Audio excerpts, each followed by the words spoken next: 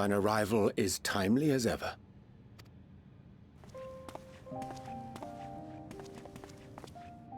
Thou didst chance to overhear my conversation with Livingway, I presume?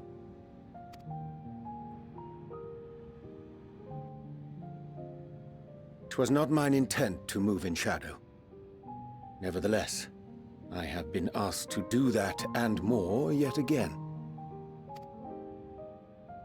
Is it so plain that these strangers could intuit it at a glance?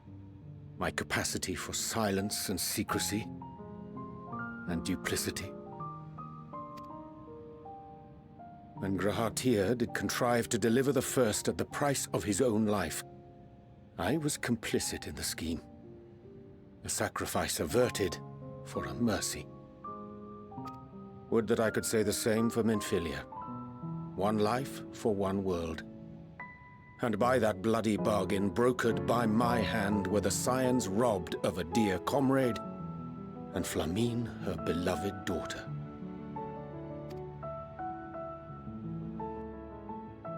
Two souls, whose selflessness was beyond measure, whose resolve was unshakable.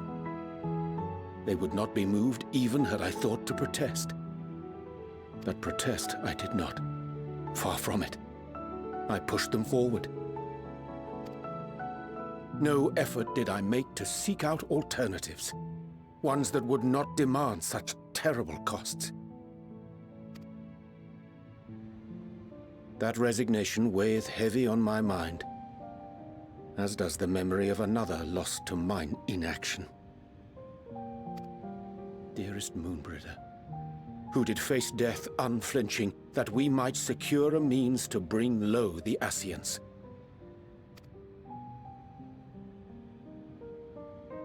In her hour of need, I did naught. Dutiful disciple of Louisoix, ever looking to the greater good. Had I shut mine eyes and bid her live instead, mayhap she would be with us today.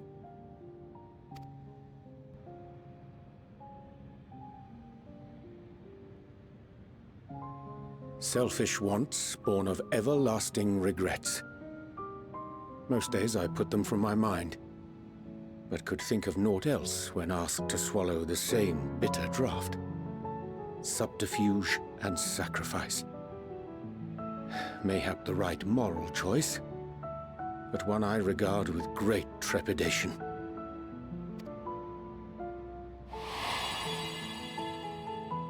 The calamity of Amarot was a tragedy beyond reckoning, one which must never again come to pass.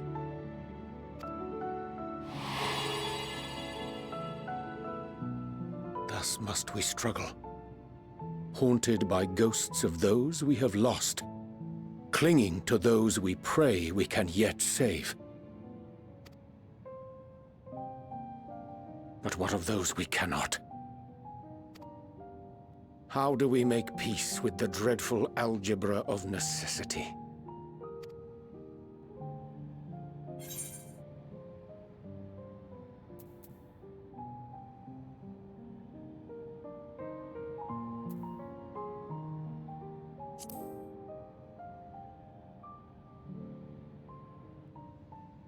I am not alone in my discomfort, then?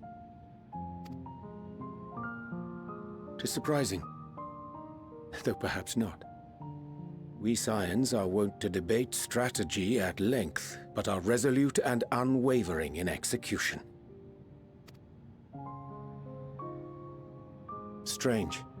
Scarcely can I remember when last we spoke alone, and so candidly.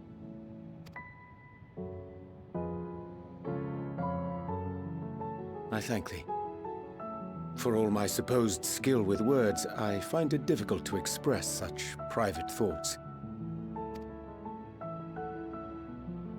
As for the Loporrit's proposition, I will take time and consider how to respond. 'Twould be to our mutual benefit if we could converse more openly with our aspiring caretakers. A concern I should be glad to address on the Scion's behalf. To dispense with all pretense and bare one's heart to another is a frightening thing indeed. But we cannot move forward ere we take that bold first step. A lesson I have learned many times before. And today.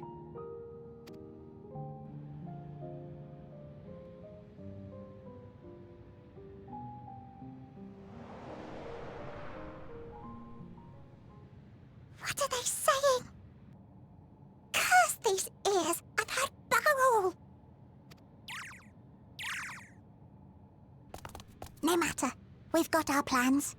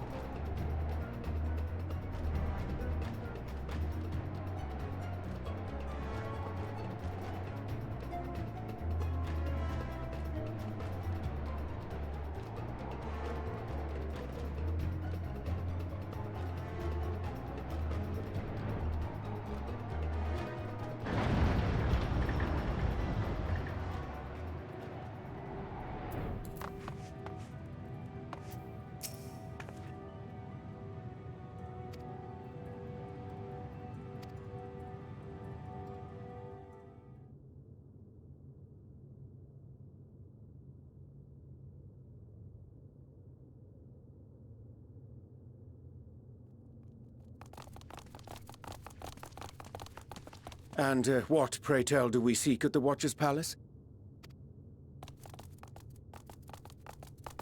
Oh, come off it, friend. You know full well why we're here. The time has come for you to return to Eorzea and help your brethren prepare for their journey here and beyond. Forgive me, Living Way, but I cannot in good conscience proceed with this plan. Huh? But what about the final days? The death and the doom? Oh, we have to hurry before it's too late!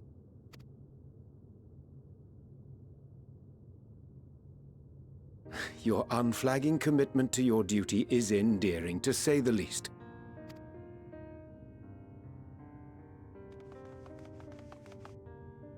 Oh, bugger!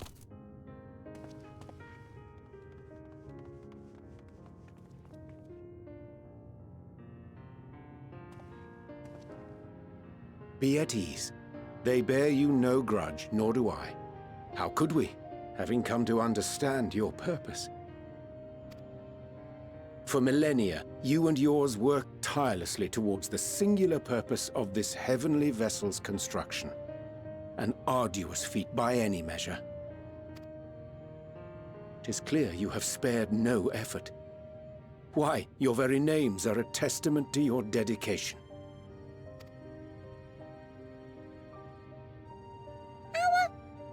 Our names? I'm not sure I understand what you're getting at. Names are an expression of the self, a declaration of one's hopes and aspirations.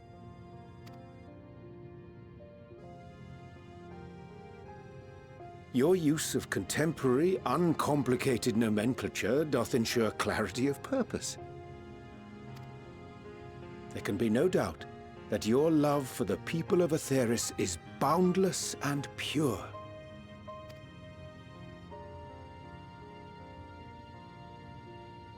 Yes! Yes! A most mellifluous phrasing!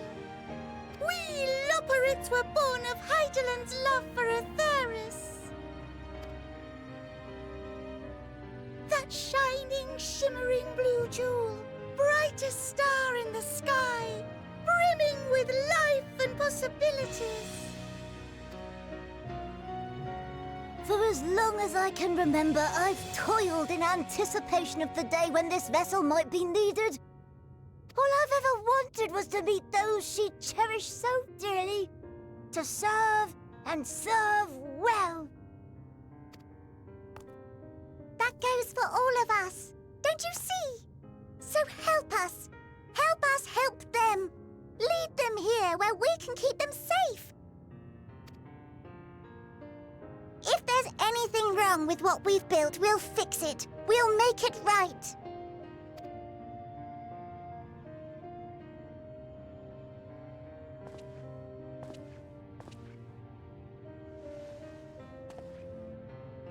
Your works want not for repair.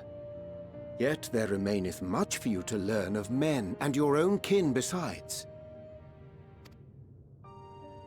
Singing Way, thy name bespeaketh more than the simple marriage of rhythm and rhyme. The songs of Eorzea are beyond counting, and span the length and breadth of emotion. Maps are monuments to man's pioneering spirit and his devotion to charting the furthest reaches of our star. Many have devoted their lifetimes to exploratory pursuits, to venture unto the highest mountains and the deepest oceans in search of unknown frontiers. And thou, my friend, I do not think we've met. My name is Puddingway. Puddingway? Yes, indeed. A name of deep and abiding significance, I'm sure, but one perhaps better communicated through delicious deeds than tasteless words. A judicious application of fey magics at a later juncture may be appropriate.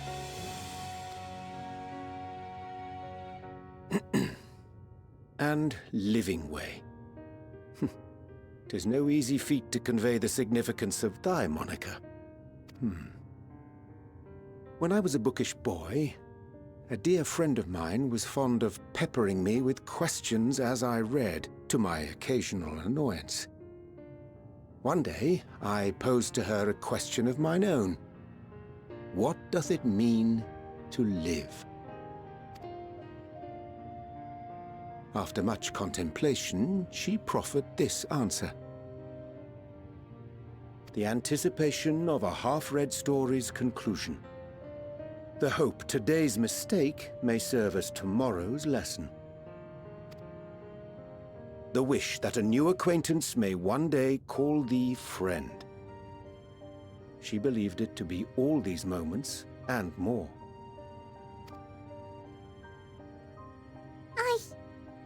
I want to understand, but... I, too, still labour to find mine own answer. 'Twould be my pleasure to assist you and yours in embarking on a journey of self-discovery and enlightenment. For thee.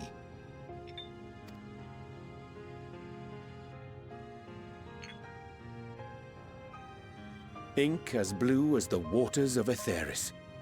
Made in haste, though I assure thee, the quality has not suffered for it. The people need not be persuaded by honeyed words. Nay, I have faith they shall do what is right in due course. Until they do, I beg your patience, friends. And with that ink, let us fill the empty pages of Livingway's compendium. An open exchange of ideas will surely afford you all a better understanding of modern man, and with it, ideas for improvements and renovations. But more importantly, it shall empower us to together find a way forward.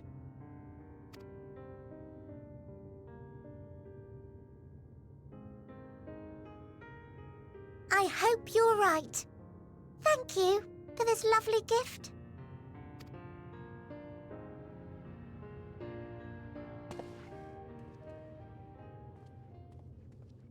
There you have it. I shall remain with the Loporrits to ensure that all is in order. Though we must needs prepare for every eventuality, you would all agree that the evacuation of our star is a last resort. To accept failure is to accept the demise not only of our star, but that of Reen's, of all reflections, and the souls that call them home. Which is why I have every faith that you shall fight to the last, that such drastic measures may prove unnecessary. Should the worst come to the worst, and I pray deeply that it won't, I'll take comfort in knowing preparations were made under your watchful eye. Aye, thou mayest be assured that if calamity cometh, not a soul will be left behind, if being the operative term.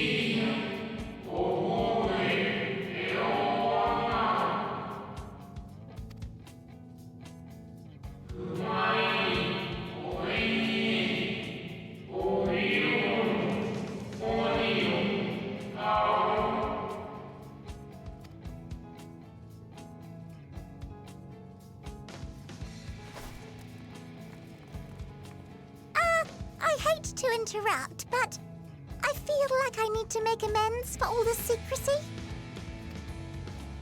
Think nothing of it. We haven't been the most gracious of guests. Do convey our apologies to Growingway and the others. But of course! And And when next we welcome more guests from Aetheris, we'll have learned to be much more hospitable hosts. Oh, and circling back to the matter of inappropriate secrecy, we ought to discuss our benefactors. Agreed. The Sharlayan Forum, yes? What? How did you know? The more I heard, the more obvious it became. The Forum's aims align closely with those of your anonymous patrons. A telling coincidence would be an understatement. Though had we not taken it upon ourselves to peruse certain restricted tones in Labyrinthos, we might still be unaware of their plans. But let us continue this discussion upon our return. I dare say we have kept Alphino and the others waiting long enough.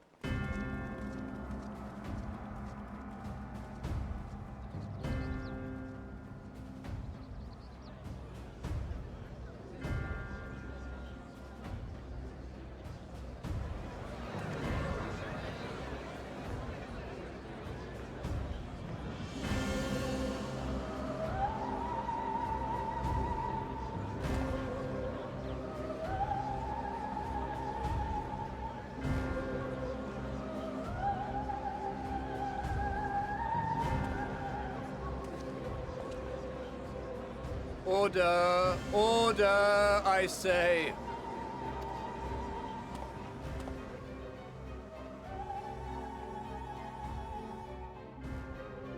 I thank you all for gathering here on such short notice. This day we must speak of grave affairs and their implications for the future of Sharlayan, nay, of this very star. Said affairs concern all citizens, and so we have called for a public assembly.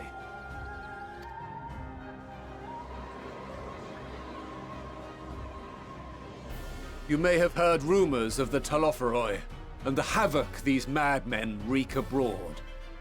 Under normal circumstances, we would pay little heed to petty disturbances outside our borders. The final days, however, are another matter altogether.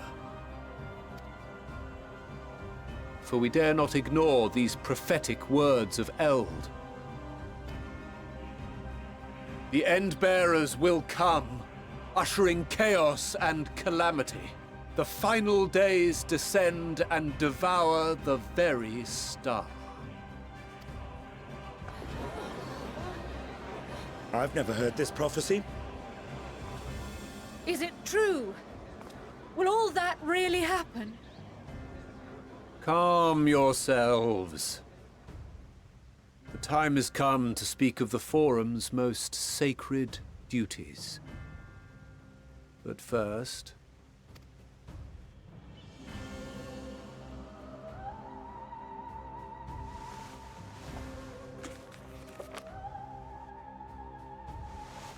Give voice to the voiceless. Let bindings be unbound. By unanimous decree, I declare the enchantment broken.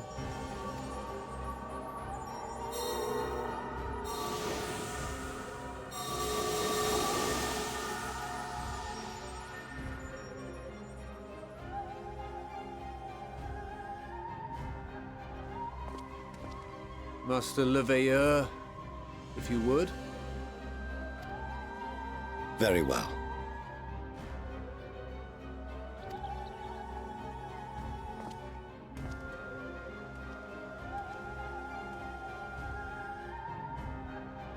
"270 years ago, our forebears began an expedition in the Dravanian hinterlands, in search of a route to access the ethereal sea.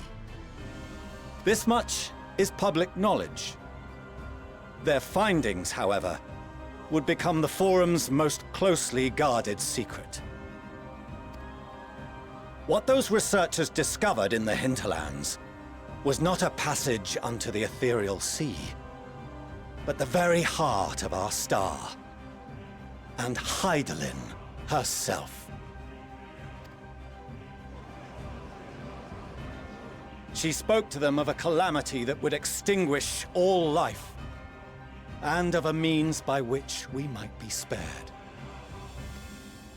The moon. 'Tis in truth a gargantuan vessel built to serve as sanctuary for her children and deliver them from this doom. Much like Nunkref's hope in ages past, it will bear the people of a world in the throes of death to a new home. Needless to say, this will be no small undertaking. To facilitate the great work, the Forum has maintained close contact with the servants of Hydaelyn, who presently reside on the moon. Convinced that the foretold end was all but inevitable, we began amassing a wealth of knowledge, not merely for the betterment of our nation, but in preparation for the journey to come. You reveal this to us now? By the gods, how long do we have?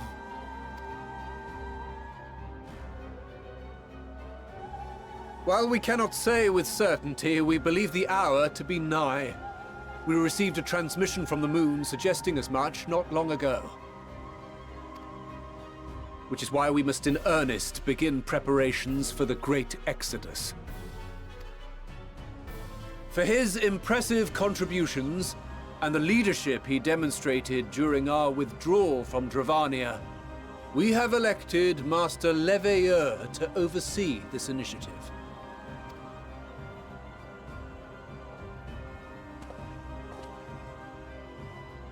Fellow scribes and scholars, my countrymen, we face a threat of unprecedented scale. We must challenge the trials before us with composure and conviction if we are to find salvation. The wisdom of Sharlayan has ever been a shining beacon in the darkness, and so it shall continue to be. It is our solemn charge to see our heritage preserved for future generations. For those who will come after, we will brave a new frontier.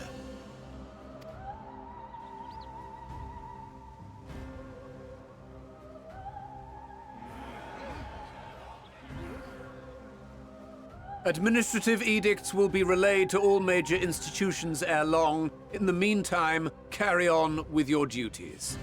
With that, I hereby call this assembly to a close.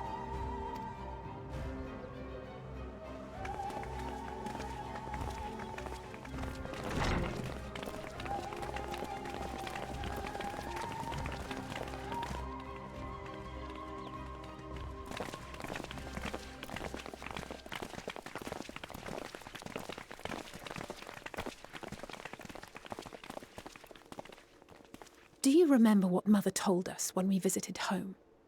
That it wasn't until after we were born that Father seemed to lose himself in his work. If that great work of his was the evacuation of this star, then... Yes.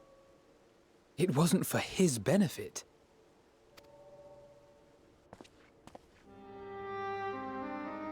Would you mind waiting here a moment? I wish to speak with Father before we leave.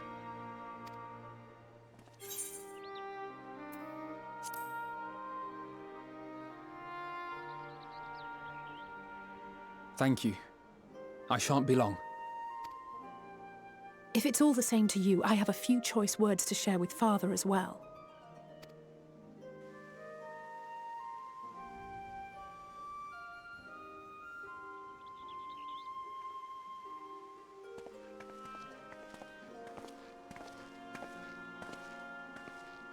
So, come to call us cowards and bid us join your fruitless battle against the inevitable.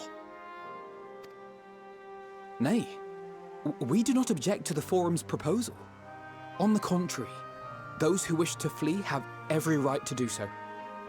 Eorzea is cooperating with your associates on the moon to ensure that all is ready should evacuation be our only recourse. Then whatever your business, I suggest you be brief. Though we cannot boast the boundless wisdom of Sharlayan, we have first-hand knowledge of foreign cultures and have conversed with no small number of peoples. These experiences have taught us fundamental truths that cannot be recorded in any tome, nor charted on any map. The beating heart of this planet is its people, many of whom would give anything, even their lives, to protect the lands they love. Many may choose to join you in the end. But what of those unwilling or unable, for whom escape will never be an option? What would you have them do? To ignore the plight of those one might conceivably save is not wisdom, Father. It is indolence. This is why we choose to fight. We'll not ask for your understanding, Father. Only that you don't turn a blind eye to the good we have done, that we can still do. We're not children in need of protection. Hold fast to your principles and let the world burn if it please. But we believe there is still another way. And if there is, we will find it. You see if we don't.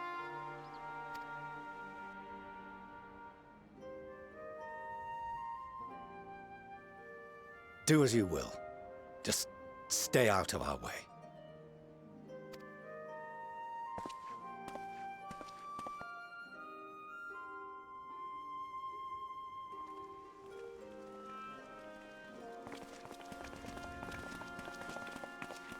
were he not so consumed with self-righteousness. He might tell you how proud he is of you both. Bold words call for bold action, and there'll be no turning to your father should plans go awry. As if I ever would. So long as there are those who wish to stay and fight for this star, we have to do what we can to help them.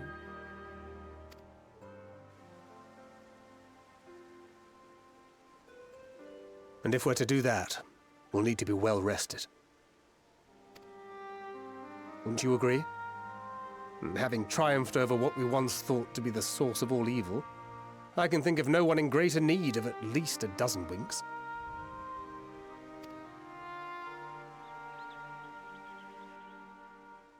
Shall we then? To the Annex, to prepare for tomorrow.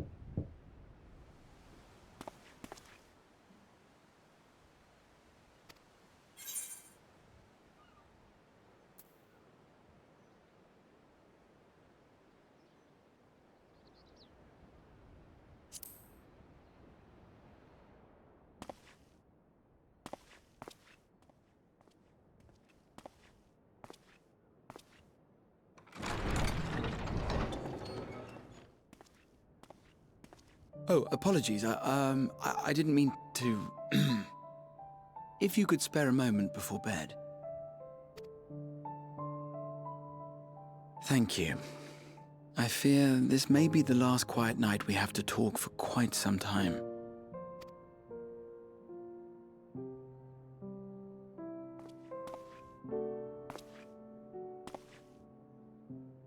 I am troubled of late.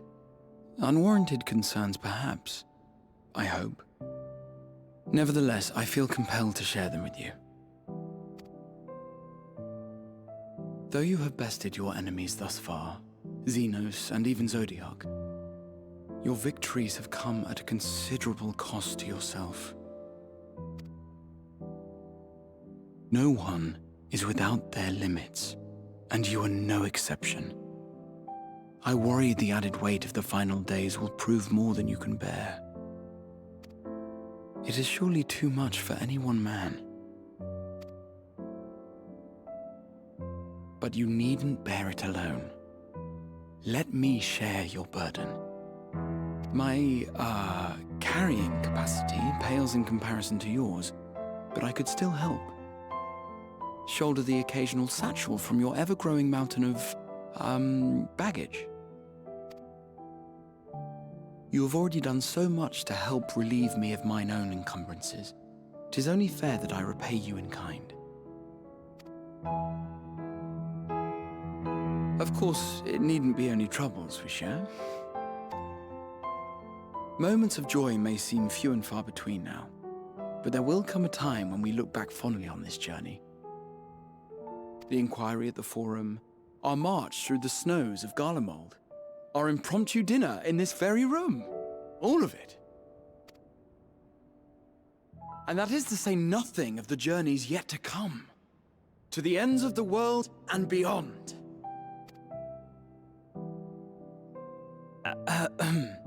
But tomorrow will be no less busy than today, and I've kept you from your rest long enough.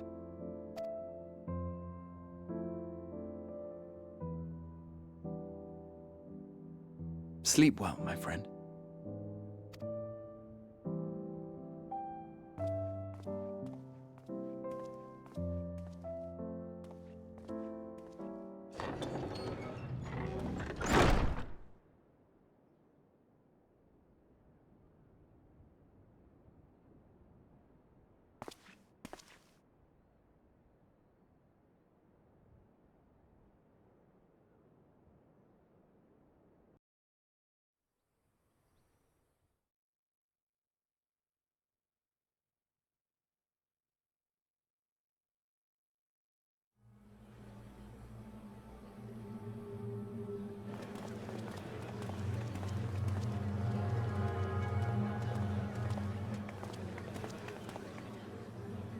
Thank the gods that tower is gone.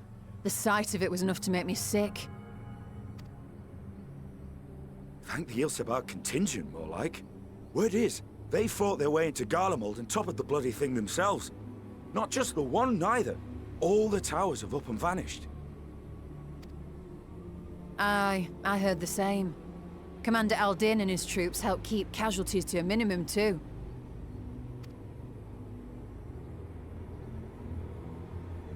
But is it true they brought back tempered Garlean soldiers? As Commander Aldin tells it, they've a treatment for that now. But don't you worry. Cured or not, they've no plans to bring them into the city proper. I see.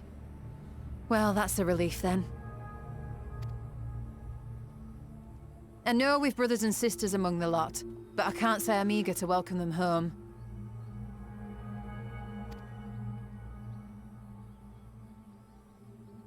Wanted to think about it for a while yet. They're to be looked after in Alagana for the time being.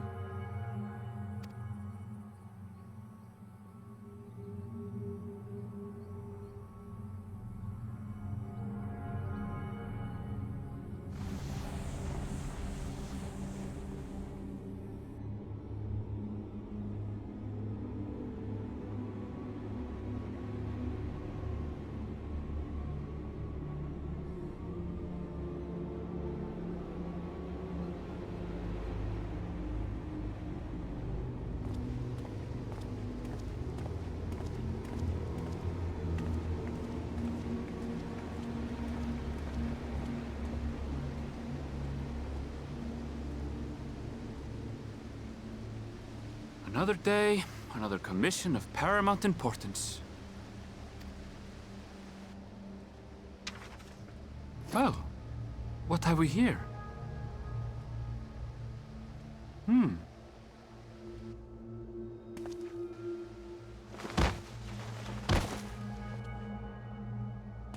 Hey, are you all right?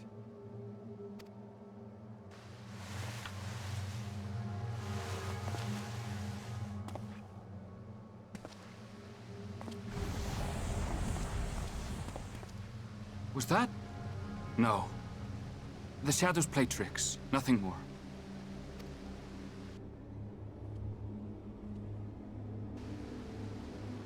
The towers are gone, and the Garlean threat is abated.